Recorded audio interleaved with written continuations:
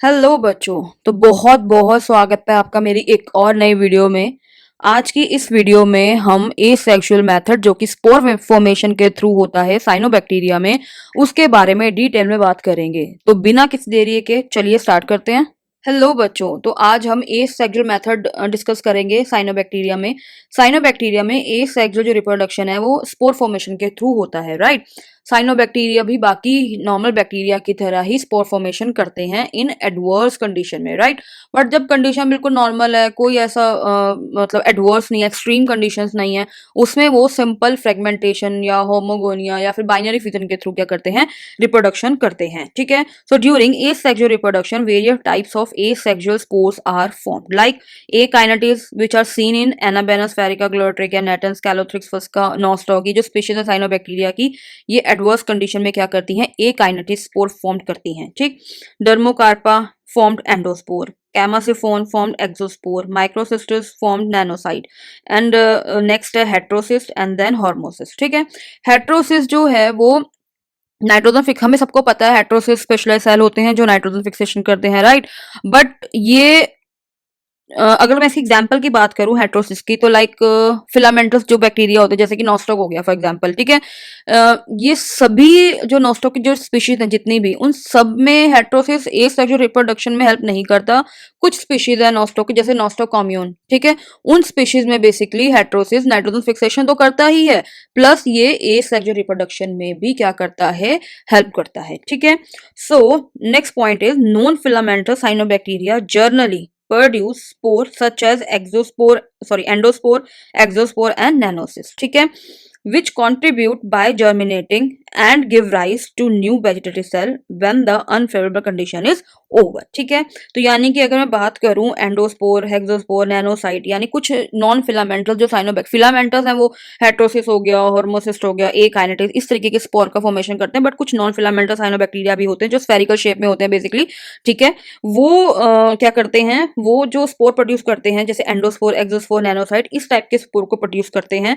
और जब condition adverse चली जाती है बेसिकली और फेवरेबल कंडीशन आ जाती है, तो तब ये जो स्पोर हैं वो क्या करते हैं, जर्मिनेट करते हैं और फिर से क्या होता है, न्यू वेजिटेटिव सेल को ये क्या करते हैं, फॉर्मेशन कर देते हैं, ठीक है।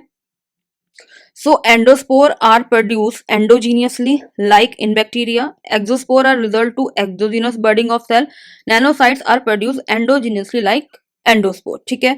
तो एंडोस्पोर जो है वो बेसिकली एंडोजीनियस होते हैं, यानी कि सेल के अंदर इनका फॉर्मेशन होता है, ठीक। और जैसे ही कंडीशन एडवर्स आती है, ये सेल वॉल रप्चर हो जाती है और ये बाहर आ जाते हैं, ठीक। एक्सोस्पोर जो होते हैं, एक्सोजिनस बर्डिंग मतलब होता है कि ये बर्ड, आपने बर्ड्स देखे होंगे ना, उसकी तरह ये सेल के बाहर जो है फॉर्म्ड होते हैं, ठीक है, जब कंडीशन उस साइनोबैक्टीरिया की स्पीशीज के लिए अनफेवरेबल हो जाती है, ठीक। नैनोसाइट जो हैं वो भी एंडोजीनियस ही होते हैं, यानी कि सेल के अंदर प्रोड्यूस होते हैं, ठीक, लाइक एंडोस्पोर। बट अब क्योंकि एंडोस्पोर भी एंडोजीनियस है और नैनोसाइट भी एंडोजीनियस है, तो दोनों में कुछ तो डिफरेंस होगा, ठीक। सो अगर डिफरेंस की बात करें तो एंडोस्पोर फॉर्मेशन में parent cell consequently enlarge in size, but in nanocyst formation there is no such enlargement of the cell. यही एक बेसिक डिफरेंस है इन दोनों में, बाकी ये दोनों एंडोजीनियस हैं, ठीक है, यानी सेल के अंदर बनते हैं। तो अब हम एक एक करके सभी स्पोर्स को डिटेल में समझते हैं। तो फर्स्ट है एकाइनेटिस, जिसे हम रेस्टिंग स्पोर भी बोलते हैं। Most filamentous cyanobacteria develop dormant structure in adverse condition. यहाँ पे डोर्मेंट स्ट्रक्चर मतलब इनएक्टिव, ठीक है। हमने जब बैक्टीरिया एंडोस्पोर पढ़ा था, राइट, तो हमने वहां पे बात की थी जो ये स्पोर्स होते हैं वो बेसिकली क्या होते हैं, मेटाबॉलिकली इनएक्टिव रहते हैं, ठीक है। इनएक्टिव होते हैं इन एडवर्स कंडीशन में, ठीक है। पर जैसे ही ओवर हो जाती है ये फिर से एक्टिव हो जाते हैं और जर्मिनेट करते हैं और डेवलप करते हैं न्यू फिलामेंट, ठीक है। These structures are larger than the vegetative cell and are equipped with thick walled called akinetids, ठीक है। Akinetids is yellow brown cell which are found close to the heterosis, ठीक। तो most filamentous जैसे कि nostoc हो गया, ठीक है। नॉस्टॉक जो साइनोबैक्टीरिया है वो बेसिकली डोर्मेंट स्ट्रक्चर फॉर्म करता है एडवर्स कंडीशन में। जो एकाइनेटिस होते हैं वेजिटेटिव सेल से क्या होते हैं, बड़े होते हैं, क्यों, क्योंकि इनकी चारों तरफ क्या होती है, थिक वॉल्ड होती है, ठीक है। और ये येलो ब्राउन कलर, ये येलो ब्राउन सेल्स हैं और हमेशा आप देखोगे कि हेट्रोसिस के पास ही प्रेजेंट होते हैं, ठीक है।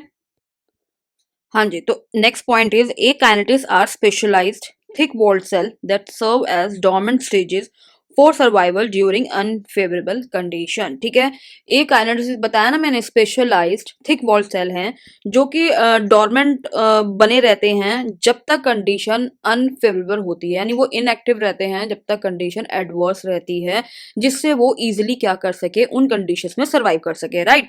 सो when environmental condition become unfavourable certain cell with in the filament differentiate into kinetics. तो होता क्या है, जैसे ही एनवायरमेंटल कंडीशंस अनफेवरेबल होती हैं, तो उस टाइम पे जो फिलामेंट है, ठीक है, यानी साइनोबैक्टीरिया क्या करता है, जो उसका वेजिटेटिव सेल होता है वो फिर से वो क्या करता है, ए काइनेटिक्स का फॉर्मेशन करता है। ठीक है, अब जैसे ही एडवर्स कंडीशन आती है, ठीक, अब ये जो ए काइनेटिक्स हैं उनके पास प्रोटेक्टिव आउटर थिक लेयर होती है, जिसकी वजह से वो किसी भी एक्सट्रीम कंडीशन में, या कोई कितनी भी वो कंडीशन हार्श हो, एक्सट्रीम हो, एडवर्स हो, उसमें ये जो ए काइनेटिक्स हैं ये कैपेबल होते हैं सरवाइव करने के लिए। ठीक, तो ये तो हमने पहले भी पढ़ा है कि जो भी स्पोर्स हैं, जितने भी ये स्पोर्स हैं, ये हाईली रेजिस्टेंट स्ट्रक्चर्स होते हैं जो किसी भी एक्सट्रीम हार्श कंडीशन में इजीली क्या कर सकते हैं, सरवाइव कर सकते हैं। ठीक है, ए काइनेटिक्स सिंगल सेल, यानी कि ये जो ए काइनेटिक्स है बेसिकली सिंगल सेल है, ठीक है, जो कि directly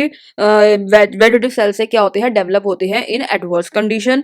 and these akinetes contain a rich accumulation of food reserve like cyanophycin granules, right. Cyanophycin granules हमने पढ़े हैं, जो कि ये आपने पढ़े होंगे जब हमने स्ट्रक्चर पढ़ा था साइनोबैक्टीरिया का, राइट। तो उसमें आया था ना साइनोफाइसिन ग्रैन्यूल्स, यानी कि अल्फा बीटा, ठीक है, जिसमें जो कि स्टार्च या यूं कह लो लिपिड, ये साइनोफाइसिन ग्रैन्यूल्स में ही क्या होते हैं, स्टोर होते हैं। ठीक है, तो ये हमने तब भी पढ़ा था।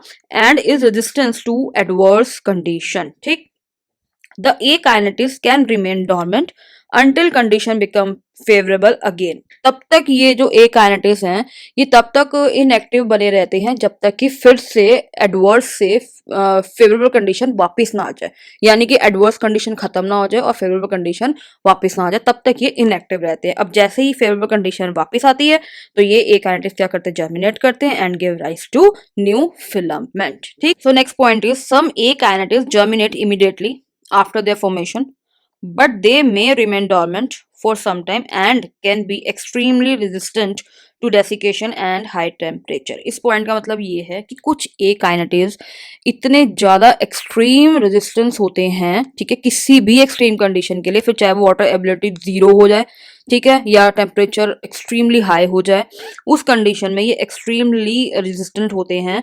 क्योंकि होता क्या है, कुछ ए काइनेटिक्स क्या करते हैं, जब उनका फॉर्मेशन होता है ना, वो सिर्फ कुछ ही टाइम के लिए डोरमेंट रहते हैं, यानी इनएक्टिव रहते हैं, उसके बाद इमीडिएटली वो क्या कर जाते हैं, जर्मिनेट कर जाते हैं। ठीक है, तो अगर हम चार्ट की फॉर्म में समझें तो होगा क्या, वेजिटेटिव सेल एनलार्ज होंगे, ठीक है, which become rich in food material, and then वो क्या करेंगे, अपने चारों तरफ थिक वॉल का फॉर्मेशन कर लेंगे, ए काइनेटिक्स का फॉर्मेशन हो जाएगा, और ये ए काइनेटिक्स येलो और ब्राउन कलर के होंगे और वेरी वेरी रेजिस्टेंट होंगे टू अनफेवरेबल कंडीशन के लिए। ठीक है, जैसे ही कंडीशन फेवरेबल आएगी यही ए काइनेटिक्स क्या करेंगे, जर्मिनेट करेंगे इनटू न्यू फिलामेंट्स।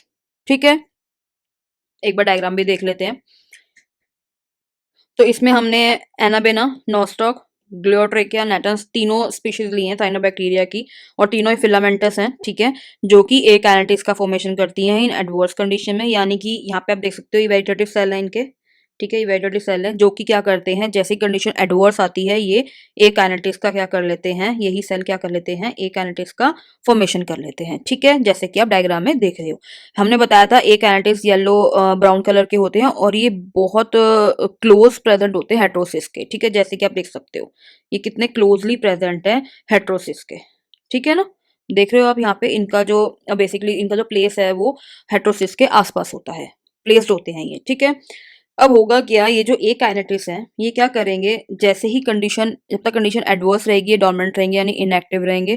ठीक है, अब ये ए काइनेटिक्स मैच्योर होंगे। ठीक है, अब जैसे ही कंडीशन फेवरेबल आएगी यही ए काइनेटिक्स मैच्योर हो जाएंगे, जर्मिनेट करेंगे इनटू अ न्यू फिलामेंट। अब ये फिलामेंट आगे आगे क्या होता जाएगा, जब कंडीशन फेवरेबल है भाई, ठीक है, हर चीज़ उनके अकॉर्डिंगली प्रेजेंट है, वाटर अवेलेबिलिटी है, टेम्परेचर नॉर्मल टेम्परेचर प्रेजेंट है, न्यूट्रिएंट्स प्रेजेंट हैं, ठीक है, तो उस टाइम पे न्यू फिलामेंट क्या करेगा, इलोंगेशन करेगा और वेजिटेटिव सेल जो है, यानी कि एक कंप्लीट फिलामेंट जो है साइनोबैक्टीरिया का वो फॉर्म्ड हो जाएगा। तो इस तरीके से जो है साइनोबैक्टीरिया ए काइनेटिक्स के थ्रू क्या करता है, जर्मिनेट करता है और डेवलप करता है न्यू फिलामेंट। ठीक है, हाँ जी बच्चों, तो अगर आप इस डायग्राम में देखो तो ये फिलामेंट है और ये सारे वेजिटेटिव सेल हैं, ठीक है। नाइट्रोजन फिक्सेशन में यही वेजिटेटिव सेल क्या करते हैं, हेटेरोसिस का भी फॉर्मेशन करते हैं।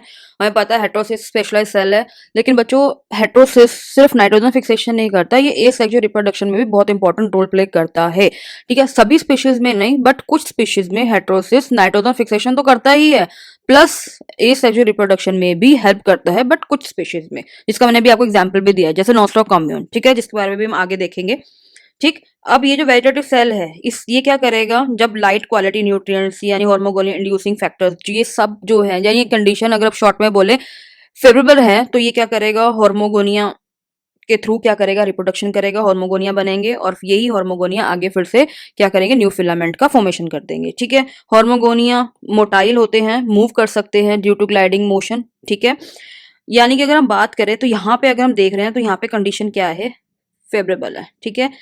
हॉर्मोगोनिया कह लो, फ्रेगमेंटेशन कह लो, बाइनरी फिजन कह लो, इन तीनों मेथड से साइनोबैक्टीरिया सिर्फ और सिर्फ जब कंडीशन फेवरेबल होगी, वाटर अवेलेबिलिटी नॉर्मल होगी या न्यूट्रिएंट्स अवेलेबल होंगे, लाइट क्वालिटी होगी, तो इस कंडीशन में अगर कंडीशन बिल्कुल नॉर्मल है तो ही इन मेथड से साइनोबैक्टीरिया रिप्रोडक्शन कर सकता है। बट अगर कंडीशन एडवर्स हो जाए, इसकी उल्टी हो जाए, तो उस टाइम पे वेजिटेटिव सेल क्या करता है, ए कैनेटिस का फॉर्मेशन करता है, ठीक है।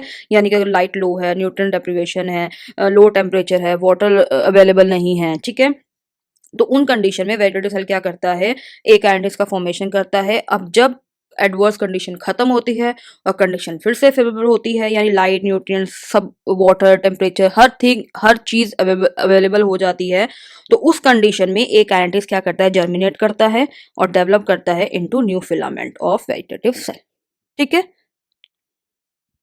ये तो था ए कैनेटिव्स, ठीक। अब हम नेक्स्ट जो डिस्कस करने जा रहे हैं वो है, जो सेकंड है वो है एंडोस्पोर, जिसको हम बेओसाइट्स भी बोलते हैं।